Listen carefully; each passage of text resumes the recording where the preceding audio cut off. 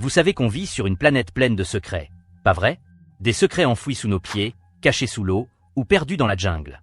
Des villes entières, oubliées de tous, qui ne demandent qu'à être redécouvertes. Eh bien, c'est exactement ce qu'on va faire aujourd'hui. Bienvenue dans la boîte magique, votre passeport pour l'aventure.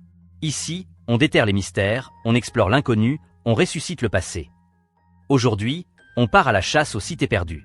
Celles dont on ne parle pas dans les livres d'histoire. Ou alors, juste en note de bas de page. Préparez-vous à voyager dans le temps, à travers l'espace et à vous demander « Mais comment ont-ils fait pour construire des trucs pareils ?» Allez, c'est parti.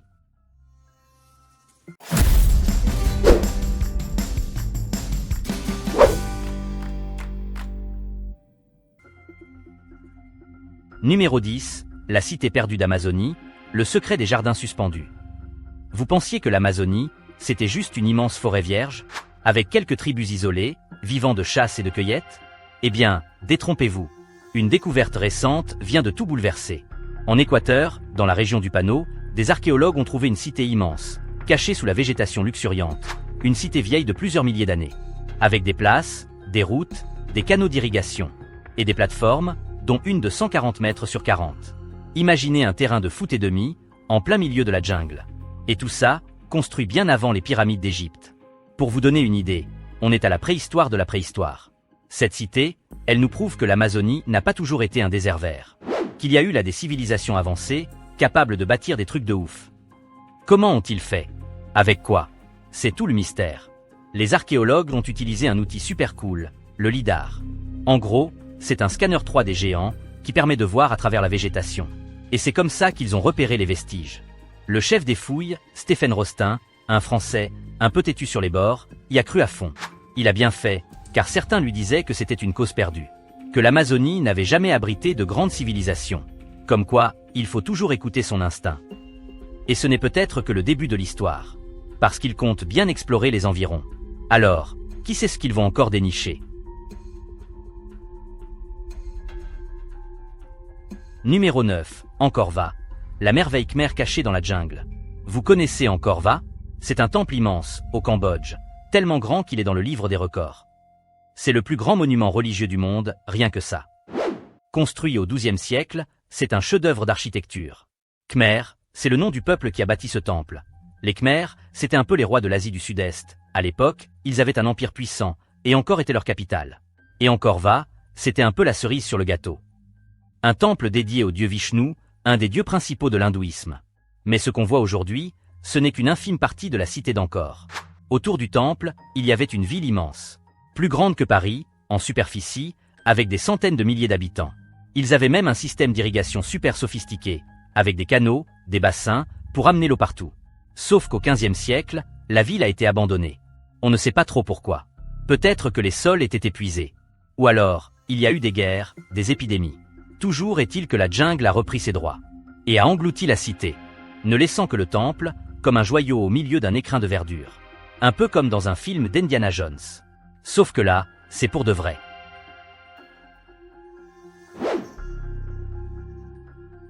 Numéro 8, Derinkuyu, la fourmilière humaine. Vous aimez les histoires de souterrains? Alors vous allez adorer Derinkuyu. C'est une ville entière, creusée sous terre, en Turquie. Imaginez une fourmilière, mais pour les humains. Avec des tunnels, des salles, des étages.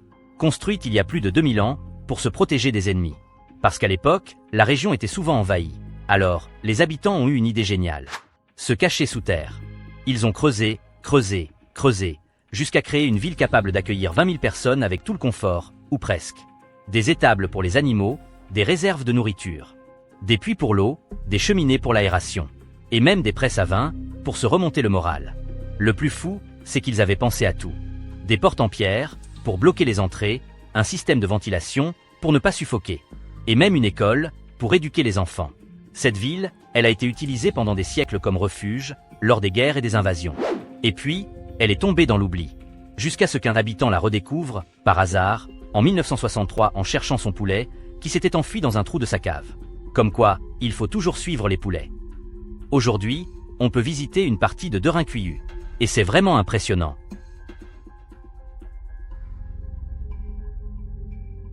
Numéro 7, Orvieto, la ville aux 1001 tunnels. On reste dans le thème des souterrains. Mais cette fois, on part en Italie à Orvieto, une ville perchée sur une colline avec un secret bien caché. Un réseau de tunnels, creusés par les Étrusques. Vous savez, les Étrusques, ce peuple qui vivait en Italie avant les Romains, ils étaient très forts en métallurgie, en art. Et apparemment, ils aimaient bien creuser des tunnels aussi.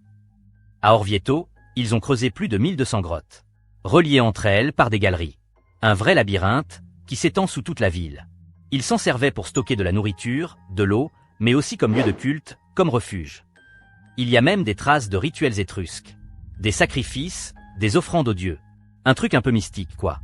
Ce qui est dingue, c'est que ces tunnels étaient un secret bien gardé. Seuls les habitants d'Orvieto connaissaient leur existence. Ils les ont utilisés pendant des siècles, y compris pendant la Seconde Guerre mondiale comme abri anti-aérien. Et aujourd'hui, on peut les visiter et se prendre pour un explorateur, le temps d'une balade.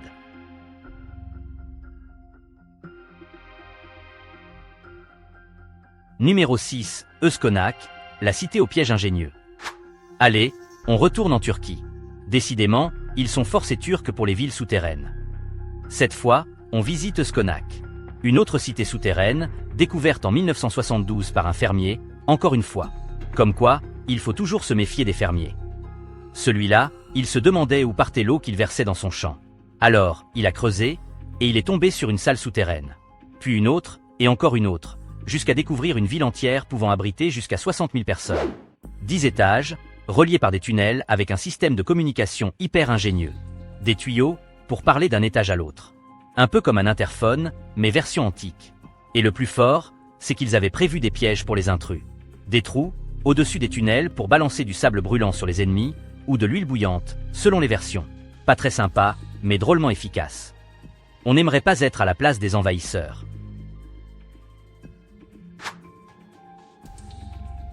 Numéro 5, Kaymakli, le métro antique. Toujours en Turquie, à Kaymakli. Une autre ville souterraine dans la même région que les autres. Celle-là, elle est reliée à Derinkuyu par un tunnel de 8 km. Vous imaginez un peu le truc? 8 km sous terre, à pied ou à dos d'âne. Il ne fallait pas être pressé. Les archéologues pensent que ce tunnel servait de voie de communication entre les différentes villes souterraines. Un peu comme un métro, mais sans les rames et sans les grèves j'imagine. À Kaymakli, il y avait tout ce qu'il faut pour vivre. Des étables, des cuisines, des dortoirs, des entrepôts pour stocker la nourriture et même des ateliers pour travailler le cuivre. Ils étaient vraiment organisés ces anciens, ils avaient pensé à tout. Enfin, presque. Parce qu'il n'y avait pas de toilettes à Kaymakli, enfin, pas de toilettes comme on les connaît aujourd'hui. Ils devaient avoir un système, mais on ne sait pas trop lequel. C'est un des mystères qui reste à élucider. Numéro 4, Héracléon, la Pompéi égyptienne. On quitte les souterrains, direction la mer, la Méditerranée plus précisément. Au large de l'Égypte, il y a une ville engloutie, Héracléon. C'était un port important dans l'Antiquité, un lieu de commerce et d'échange, avec des temples, des statues, des maisons. Et puis un jour, la mer a tout emporté. Peut-être un tremblement de terre, un raz-de-marée, on ne sait pas trop. Toujours est-il qu'Héracléon a disparu sous les flots, comme Pompéi, enseveli sous les cendres du Vésuve. Sauf qu'Héracléon est resté caché pendant des siècles, jusqu'à ce que des archéologues sous-marins la retrouvent en 2000. Depuis, ils explorent les ruines et remontent à la surface des trésors incroyables. Des statues géantes, des bijoux, des objets de la vie quotidienne. C'est comme si le temps s'était arrêté sous l'eau. Héracléon, c'est un peu la Pompéi égyptienne. Une ville figée dans le temps, qui nous raconte une histoire vieille de plusieurs milliers d'années. Numéro 3, Aktin-Tunishil-Muknal, la grotte au squelette étincelant. Direction l'Amérique centrale, au Belize, pour explorer une grotte un peu spéciale, Aktin-Tunishil-Muknal. Un nom à coucher dehors, mais retenez surtout que c'est une grotte sacrée des Mayas. Les Mayas étaient un peuple très avancé. Ils avaient des connaissances en astronomie, en mathématiques, et construisaient des pyramides ainsi que des temples. Mais ils pratiquaient aussi des rituels un peu étranges, comme des sacrifices humains. Dans la grotte d'Aktin-Tunishil-Muknal, des archéologues ont retrouvé des squelettes, dont celui d'une jeune femme surnommée la Demoiselle de Cristal. Ses os, recouverts de calcite avec le temps, brillent comme du cristal, ce qui est à la fois un peu glauque et fascinant. Cette grotte était un lieu sacré pour les Mayas, un espace de cérémonie et de prière où ils se connectaient avec leur dieu. Aujourd'hui, on peut la visiter, mais seulement avec un guide et en faisant très attention. C'est un site archéologique fragile qu'il faut absolument préserver. Numéro 2, la mine de sel de Wieliczka, la cathédrale de Selgem. On change complètement de décor, direction la Pologne et la célèbre mine de sel de Wieliczka. Une mine exploitée depuis le Moyen Âge jusqu'en 1996. Plus de 300 km de galeries, creusées dans le sel, avec des lacs souterrains, des chapelles et des statues, tout en sel. Même les lustres sont faits de sel. C'est un truc de fou. On se croirait dans un décor de film fantastique, genre Le Seigneur des Anneaux, avec les mines de la Moria, sauf que là, c'est pour de vrai. Et en plus, c'est ouvert au public. Alors, si vous passez par la Pologne, n'hésitez pas à y faire un tour, vous ne serez pas déçus. Et pour finir, on revient en France, à Naour, dans la Somme. Un petit village bien tranquille, mais avec un secret bien gardé. Sous le village se cache une ville souterraine, creusée au Moyen Âge pour se protéger des invasions. Plus de 300 salles reliées par des kilomètres de galeries, avec des étables, des puits, des chapelles, et même des boulangeries. Ces boulangeries étaient équipées d'un système de cheminées super ingénieux, conçu pour évacuer la fumée sans se faire repérer par les ennemis. Les habitants pouvaient vivre sous terre pendant des semaines, en attendant que ça se calme dehors. Cette ville souterraine a servi de refuge pendant des siècles, même durant les guerres mondiales. Pendant la Première Guerre mondiale, des soldats australiens et britanniques s'y sont cachés. Ils ont laissé des graffitis sur les murs, des messages, des dessins, comme un témoignage de leur passage et un remerciement à cette ville qui les a protégés. Voilà les amis, notre tour du monde des cités perdues est terminé. J'espère que vous avez adoré ce voyage, que vous en avez pris plein les yeux et que ça vous a donné envie d'en savoir plus. Si c'est le cas, rejoignez la communauté de la boîte magique, abonnez-vous, partagez et cliquez sur le bouton j'aime, et surtout, dites-nous en commentaire quelle cité vous a le plus bluffé. À très bientôt pour de nouvelles explorations incroyables.